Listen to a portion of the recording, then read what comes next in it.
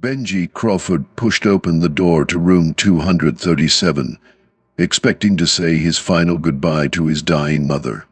What he saw instead stopped him dead in his tracks. Sitting beside his mother's bed was Catalina, his ex-wife who had vanished from his life 4 years ago. But that wasn't what made his blood freeze. 3 little girls stood quietly near the window. 5 years old, beautiful, and absolutely, unmistakably, his. Have you ever walked into a room and your entire world changed in an instant? Where everything you thought you knew about your life crumbled in a single heartbeat? For 5 years, Benji had been visiting the graves of children he believed were stillborn. 5 years of crushing guilt, wondering if his failures as a husband had somehow caused their deaths. 5 years of therapy, trying to rebuild a life destroyed by loss. But what Benji saw next would shatter everything he thought he knew about his life. The oldest girl, tall, alert, with his mother's intelligent eyes, stepped protectively in front of her sisters when she saw him. They knew to be afraid. They had been taught to fear him. But how could 3 children, his children, have been hidden for 5 years? How does a mother fake the death of triplets and disappear without a trace? By the end of this story, you'll understand how a dying grandmother's final wish exposed the most devastating family secret imaginable, and how sometimes the greatest act of love comes from the most unexpected confession. If you've ever wondered how far someone would go to protect what they love most, make sure you're subscribed, because this story will leave you speechless. Hit that notification bell, you won't want to miss what happens next. Because what Catalina had done would change everything. To understand how we got to that devastating hospital room, we need to go back to where it all began. Benjamin Crawford wasn't born into wealth, he built it with his bare hands. The son of a factory worker and school cafeteria manager from Cleveland, Benji earned his business degree through night school while pouring concrete during the day. By 35, he had transformed abandoned warehouses across Ohio, Michigan, and Pennsylvania into luxury developments. Crawford Properties wasn't just a business, it was proof that the American dream still existed. His specialty was seeing potential where others saw decay.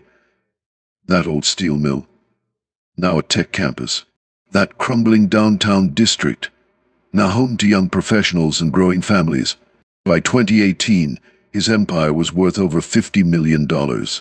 But success means nothing when your mourning children you believe are dead. Everything changed in 2015 at a heated community planning meeting in Toledo. Residents were debating his latest project, a historic district redevelopment. That's where he first saw her.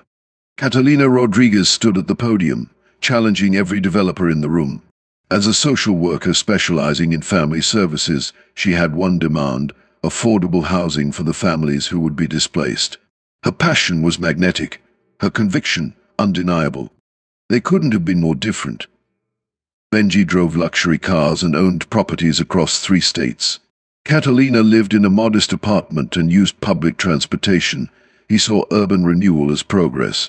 She saw it as potential displacement of vulnerable families. Yet somehow, opposites attracted.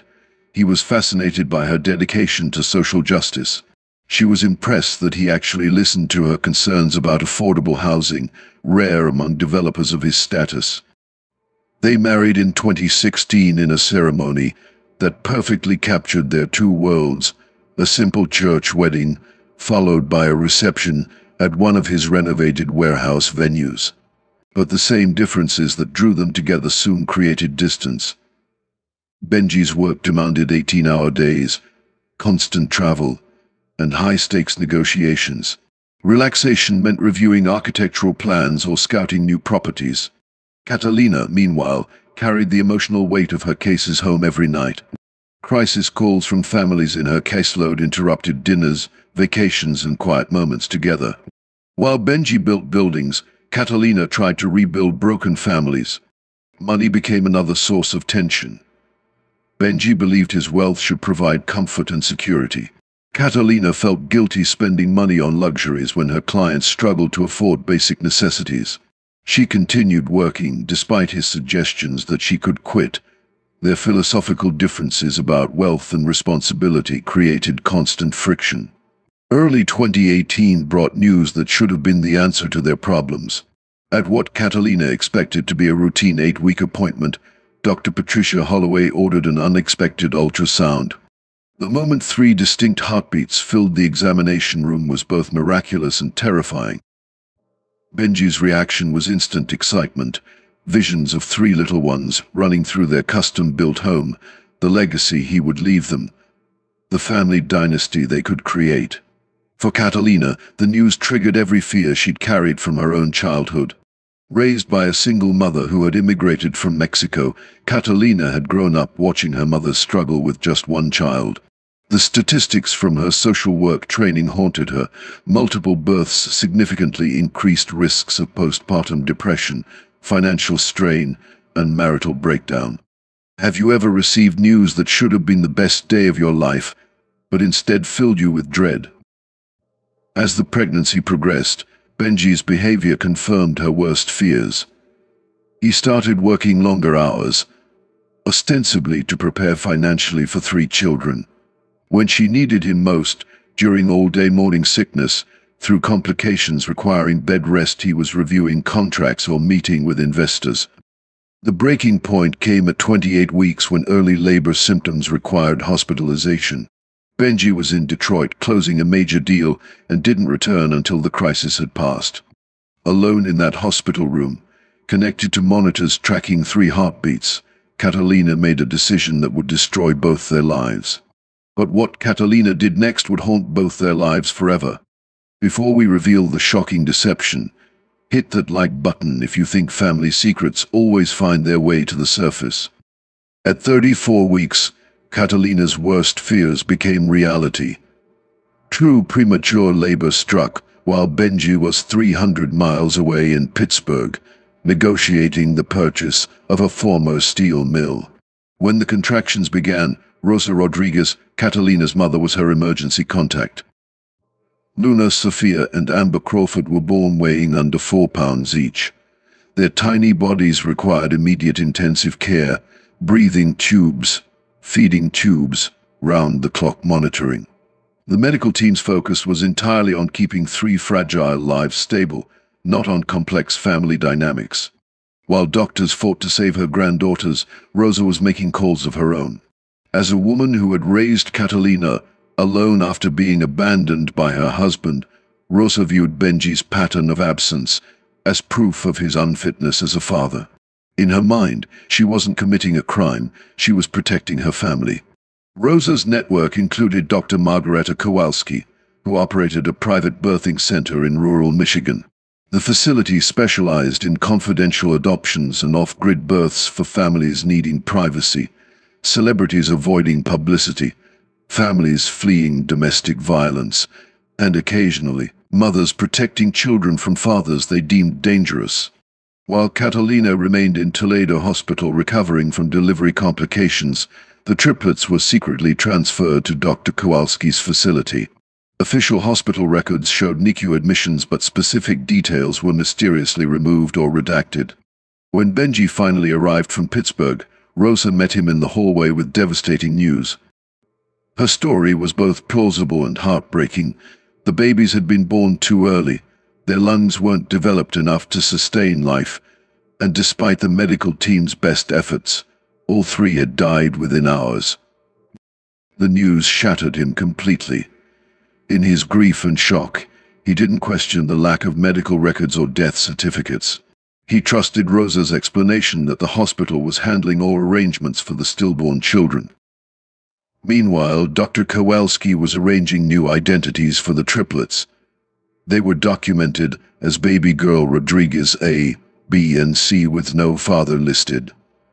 Birth certificates were issued through a Native American tribal authority that had agreements with the facility, documentation that appeared legitimate but wouldn't trigger systems that might alert Benji. For 5 years, Benji visited tiny graves in Riverside Cemetery every month. He brought flowers on their birthdays, Christmas, and whenever the grief became unbearable. He spoke to headstones bearing names he had chosen: Hope, Faith, and Grace Crawford. While Benji was mourning at empty graves, his daughters were taking their first steps 200 miles away. Catalina and Rosa had established themselves on a small organic farm in Traverse City, Michigan. The rural setting provided isolation and a community that respected privacy. Here Luna, Sophia, and Amber grew from fragile premature infants into healthy, bright children with distinct personalities. Luna emerged as the natural leader, tall for her age, with intelligent eyes that missed nothing. She organized elaborate games and adventures for her sisters, displaying leadership qualities that reminded Catalina painfully of Benji's business acumen. Sophia was the artist, constantly creating elaborate drawings and stories that she would act out with her sisters. Her creativity and dreamy nature echoed Benji's late father, who had been a weekend painter. Amber was the diplomat, the one who negotiated peace when her sisters argued. Her emotional intelligence and gentle demeanor allowed her to understand adult tensions that her sisters missed.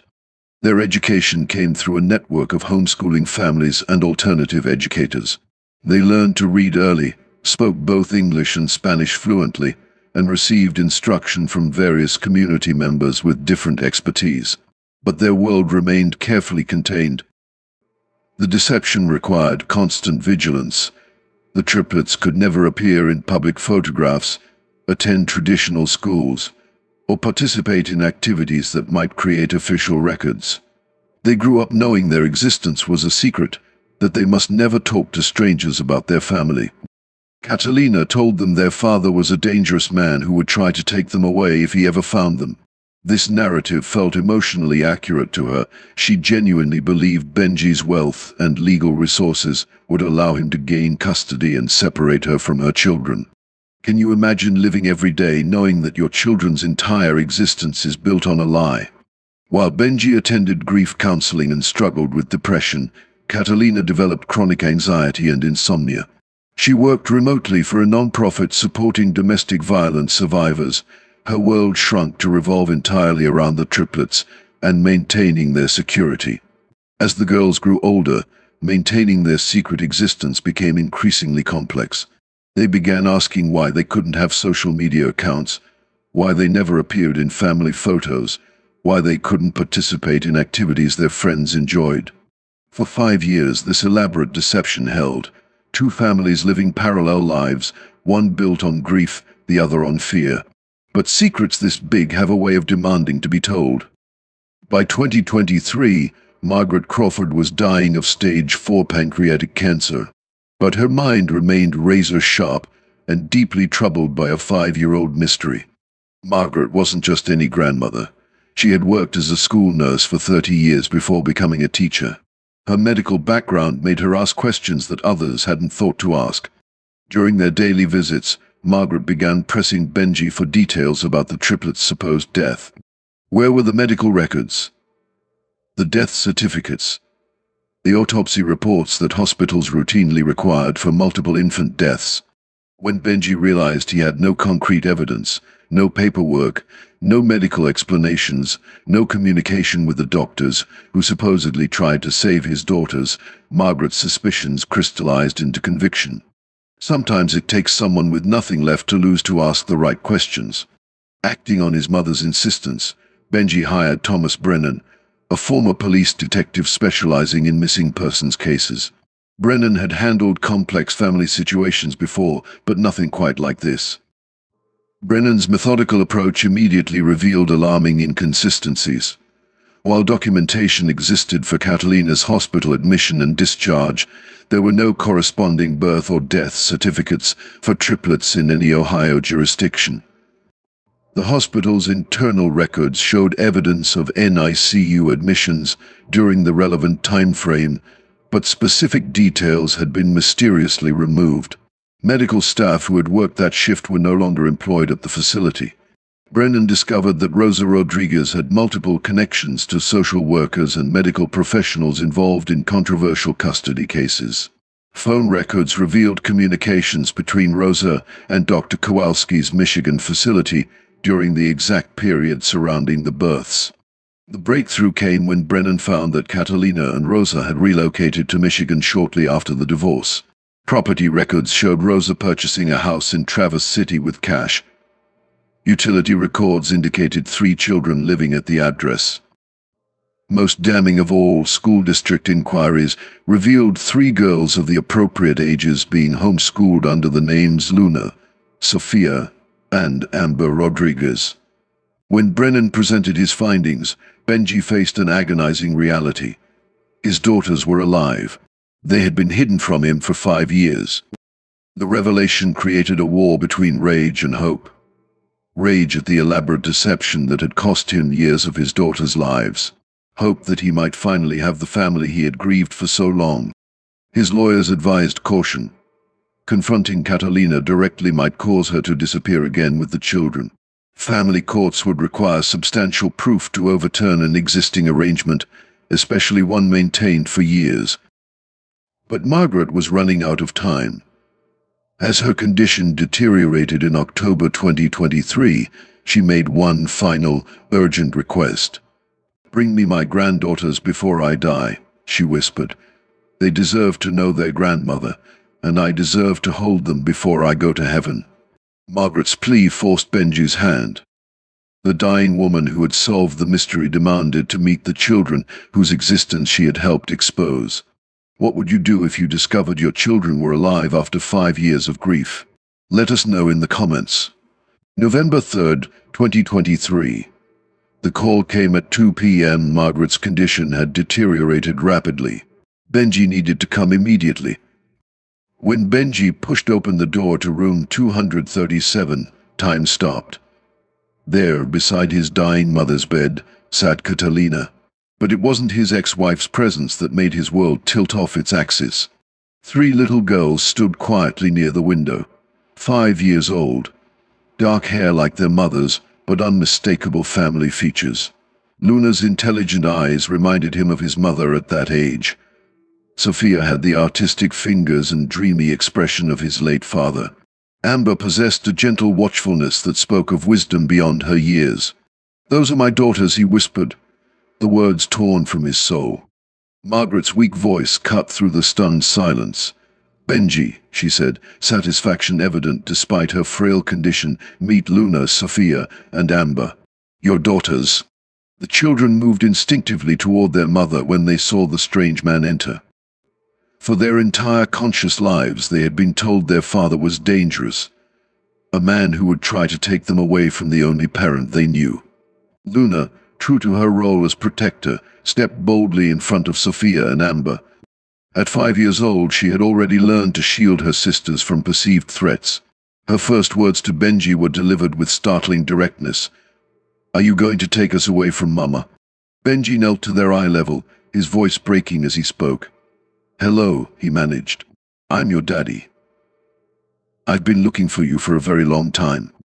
Sophia, her curiosity stronger than her fear, studied Benji's features with an artist's attention to detail.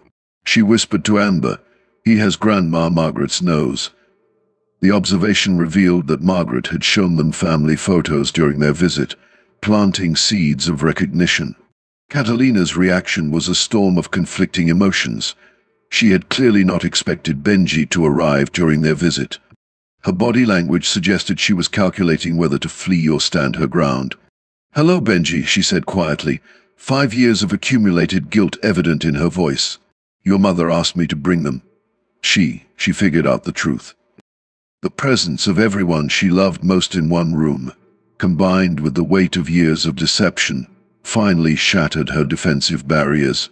She began crying, first quietly, then with increasing intensity as the full impact overwhelmed her. "I thought I was protecting them," she said through her tears, looking directly at Benji for the first time in years.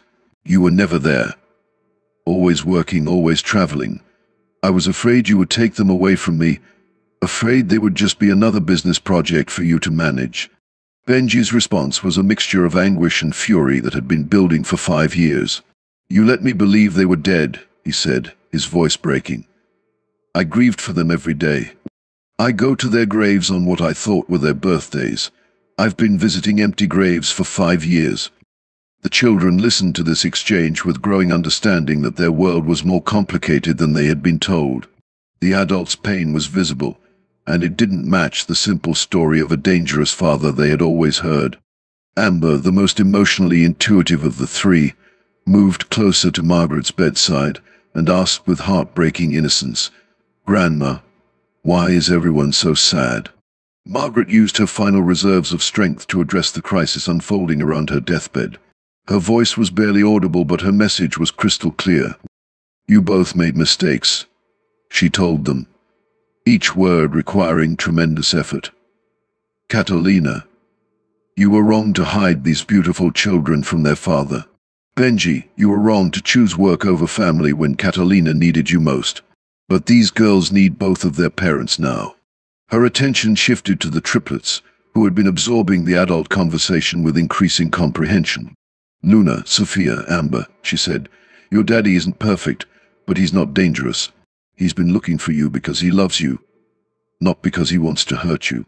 Your mama made a mistake, but she made it because she loves you too." Margaret's final act was to ask Benji and Catalina to join hands around her bed, while the children stood close by. The gesture created a moment of shared purpose that transcended their individual anger and grief. "Promise me," she whispered with her last strength, "that you'll figure out how to be a family. These girls deserve better than the pain you've been carrying." In that hospital room, a dying grandmother's love created the first moment of unity this fractured family had experienced in 5 years. Margaret had used her final breath to demand healing from the people she loved most. But the hardest part wasn't the revelation, it was what came next. The revelation created a legal nightmare that no court had seen before. How do you establish custody for children who officially didn't exist in one state, but had lived under alternative documentation in another for 5 years? Family court judge Maria Hernandez called it the most complex case of her career. Benji's lawyers advised he could pursue criminal charges against Catalina for parental kidnapping, but that path would likely result in the children being placed in foster care during legal proceedings. The thought of further traumatizing his daughters made criminal prosecution unthinkable for Benji. Instead, his legal team focused on establishing parental rights while minimizing disruption to the children's lives. Dr. Patricia Morrison, a child psychologist specializing in family reunification, was appointed to evaluate the situation. Her initial assessment revealed healthy, intelligent children who had strong attachments to their mother, but deep-seated fears about their father that would require professional intervention. The weeks following the hospital confrontation were particularly difficult for Luna, Sophia, and Amber. They struggled to reconcile years of stories about their dangerous father with the reality of a man who seemed genuinely sad and eager to know them. Initial visits were supervised and limited to public places where the children felt safe. Benji had to learn to interact with 5-year-olds who viewed him as a stranger, suppressing his natural desire to make up for lost time in favor of building trust gradually. The first breakthrough came when Sophia asked Benji about the buildings he designed. Her artistic nature was intrigued by architecture, and she spent an entire afternoon asking him to draw floor plans and explain how structures were built. This shared interest provided safe conversation and allowed Sophia to see her father as a person beyond their complicated family situation. Luna's resistance began to soften when Benji demonstrated he wasn't trying to replace her role as her sister's protector. He consistently deferred to her knowledge about her sister's preferences and routines, acknowledging her importance rather than challenging her authority. This approach helped Luna see him as a potential ally instead of a threat. Amber's breakthrough was the most emotional. During a visit to a children's museum, she fell and scraped her knee badly enough to require first aid. Benji's gentle care and obvious concern for her well-being helped her understand that he wanted to protect rather than harm her. For the first time, she allowed him to comfort her without looking to Catalina for permission, a moment that brought tears to both parents' eyes. Meanwhile, Catalina was processing her own psychological challenges. Therapy sessions revealed how her childhood abandonment had influenced her fear-based decision-making. She had to confront the reality that her attempt to protect her children had caused the very harm she sought to prevent. Learning to co-parent required extensive professional support. Benji and Catalina had to develop communication skills, for discussing their children's needs while managing their complicated feelings about the past. Holiday and vacation planning required delicate negotiation. The children had established traditions with Catalina and Rosa that were meaningful to them, but Benji also wanted to create new family memories. The solution involved blending existing customs with new ones. Through this painful process, profound life lessons emerged. Fear-based decisions create more problems than they solve. Catalina's attempt to protect her children had robbed them of their father and him of precious years. Wealth can't buy back lost time. Despite his millions, Benji couldn't purchase the first steps, first words, or first days of school he had missed. Perhaps most remarkably, the children demonstrated incredible resilience when the adults prioritized their needs over personal conflicts. Luna, Sophia, and Amber adapted to their expanding family when they felt secure and supported. The hardest truth Catalina had to face: sometimes the person we're protecting our children from is ourselves. Her own trauma had created a cycle that nearly destroyed the family she was trying to preserve. As 2024 progressed, the Crawford Rodriguez family began developing new patterns that acknowledged their complex history while building toward a healthier future. Progress was measured in small victories, shared meals, bedtime stories, and moments of genuine laughter. The process required all four family members to release old assumptions and embrace a more complex understanding of their relationships. They were learning that families can be rebuilt from even the most devastating foundations, but only when everyone commits to the hard work of healing. Today, in 2025, the Crawford Rodriguez family continues their journey of healing. But their extraordinary story has taught us life lessons that extend far beyond their own experience. First, trust is fragile. Years of deception can't be undone overnight. Luna, Sophia, and Amber are still learning to trust their father, while Benji is learning that trust must be earned through consistent actions, not grand gestures. Second, fear makes poor decisions. Catalina's childhood abandonment by her own father influenced her choice to hide the children. When we make decisions based on our wounds rather than wisdom, we often create the very problems we're trying to avoid. Third, presence matters more than presence. Benji learned that work success means nothing without family. All his millions couldn't buy back the first steps, first words, or bedtime stories he missed. Time is the only currency that truly matters in relationships. Fourth, children adapt when adults heal. The triplets thrived once their parents focused on their needs instead of their own pain. Kids are incredibly resilient when the adults in their lives do the hard work of healing. Fifth, some wounds become wisdom. This family's deepest pain became their path to deeper connection. They learned that healing doesn't mean forgetting, it means transforming suffering into strength. The universal truths this story reveals are profound. Every family secret carries a cost. The lies we tell to protect often cause the most harm. Healing is possible, but it requires everyone to do the work. Margaret's legacy lives on in her granddaughter's laughter and her son's newfound commitment to family. Her final act of love, demanding the truth, saved her entire family from a lifetime of deception. Sometimes it takes nearly losing everything to learn what actually matters. The Crawford Rodriguez family discovered that love isn't perfect. Families aren't fairy tales, but healing is always possible when people choose courage over comfort. If this story moved you, please share it with someone who needs to hear that families can heal from even the deepest wounds. And subscribe for more extraordinary stories that prove love always finds a way. Because everyone deserves to believe that broken families can become beautiful families. They just might look different than we expected. Some endings are actually beginnings.